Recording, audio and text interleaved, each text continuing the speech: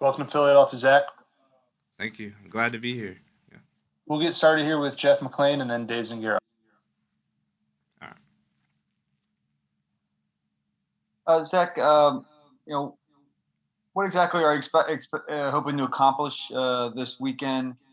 And obviously, I'm sure you were asked this originally, but with Eagles not drafting a cornerback higher than you, do you feel like there's any ground that you can make up during this spring period? Yeah. So, definitely going in this weekend. I'm just taking it one day at a time. Just from meeting with the DB coaches this past few weeks since the draft, and getting the playbook stuff installed. I'm just taking it one day at a time. Going to this weekend and just doing my part, executing what I have to do, paying attention to detail, and things like that. Go ahead, Dave, and then Ed Kratz. What was the Hula Bowl experience like for you? I understand you had a pretty good week out there. Yeah, the Hula Bowl was real fun. I really enjoyed my time down there. Just going out the country for the first time and just being able to have that experience with players from all over the country, and being able to be coached by Coach Rex. It was a good time. I really had a good week on the field, and it really played off well to me going into the draft. Go ahead, Ed, and then Paul Domowich. Yeah, hi, Zach. And your interactions with the DB coaches and maybe even John Gannon these last 10 days, have they given you any indication what they want to see from you this weekend, or any expectations that they have for you going into this weekend and even beyond? Yeah, so just like I said, we're just basically all just been taking it one day at a time. Getting this playbook installed for me.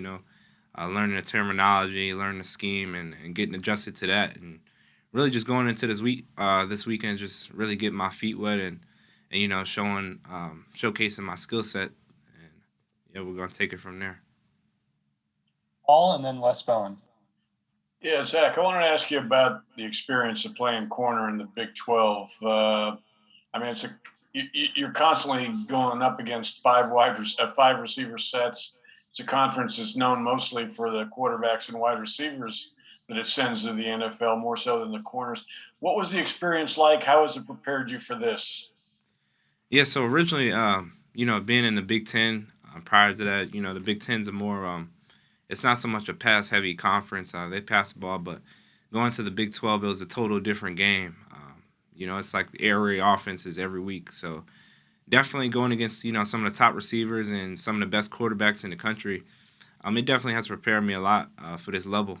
Just every week you're going against a guy, and that's what you want at corner. You want to be going against somebody that that's going to bring a challenge to the table, and it was real good experience being down at Tech for 2 seasons and being able to do that. Thanks. Les, and then Nick Vieira. Hey, Zach. Going into the draft, I looked at evaluations of you, and they were kind of all over the place. There were some people who thought very, very highly of you. There are other people who didn't think you would be drafted. That's kind of unusual for things to be that diverse. Do you have any sense of that and why that would be? Did it have to do with transferring? What do you make of it? To be honest, I'm really not too sure. I know what type of player I am, and my coaches over the past years do as well. But to be honest, I can't really give you an answer on that. That's a hard one. I really don't know why it was like that. Like you said, it's pretty different, but I guess it's just one of those things. I also saw that Milton Williams had a big reaction to seeing you drafted. Do you know him? Tell me a little more about that. Yeah. Milton, that's my guy. We trained together. We were with the same agency. We were in the hotel together for the past 3 months training for the draft, so we're pretty good friends.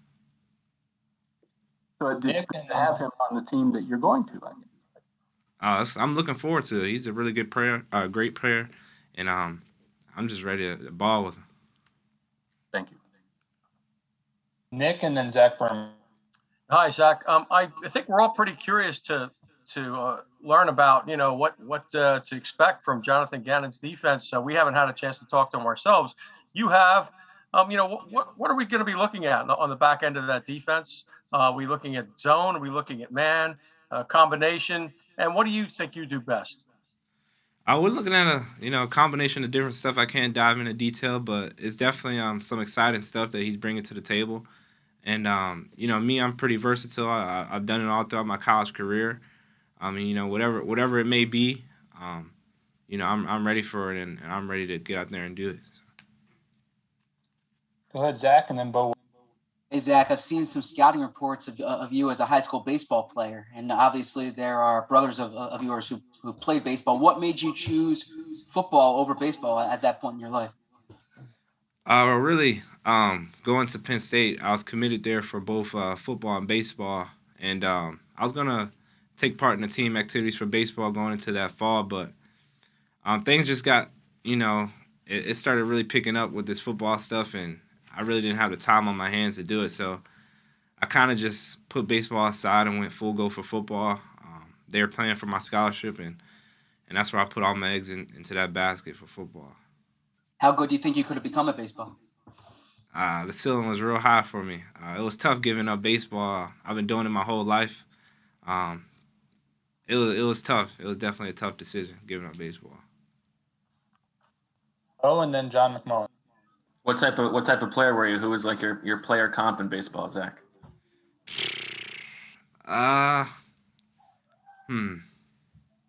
I'd probably say I like watching Andrew McCutcheon a lot growing up, but really my brother Matthew.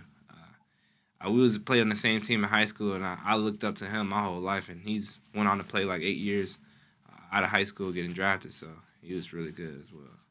That's great. Can I ask about, you were talking about, as a corner, you want to go against the best guys.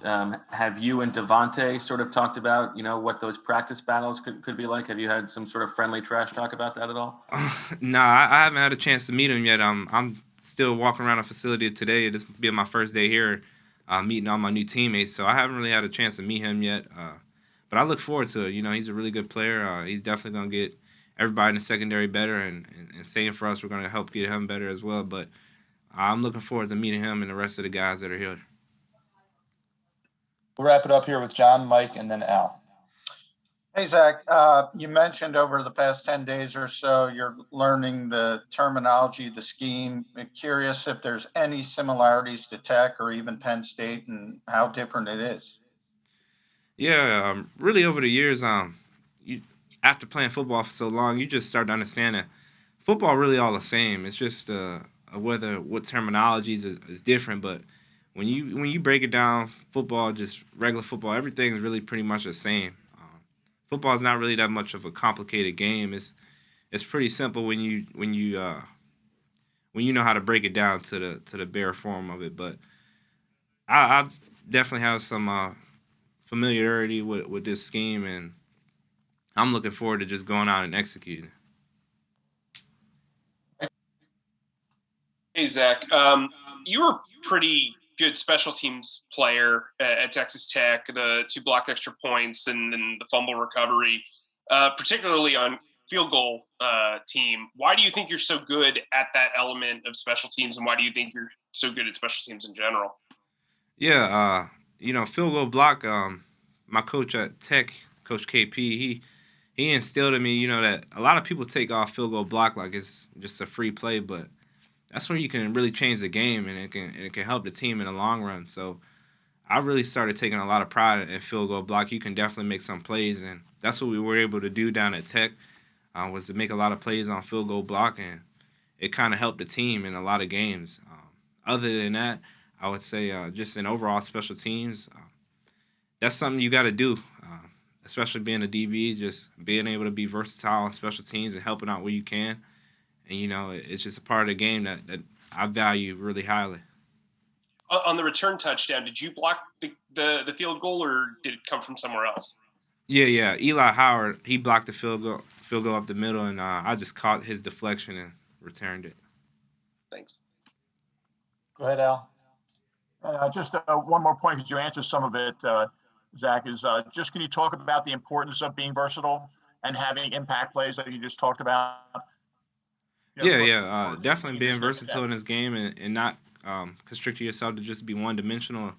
I mean, it helps all around. It helps the team, and it helps yourself. It adds value to yourself. So, I mean, being a versatile player is something, you know, that the game's evolving around, and it's a need in this game of football. And that's something I recognized earlier in my career, and something that I just, you know, took note to.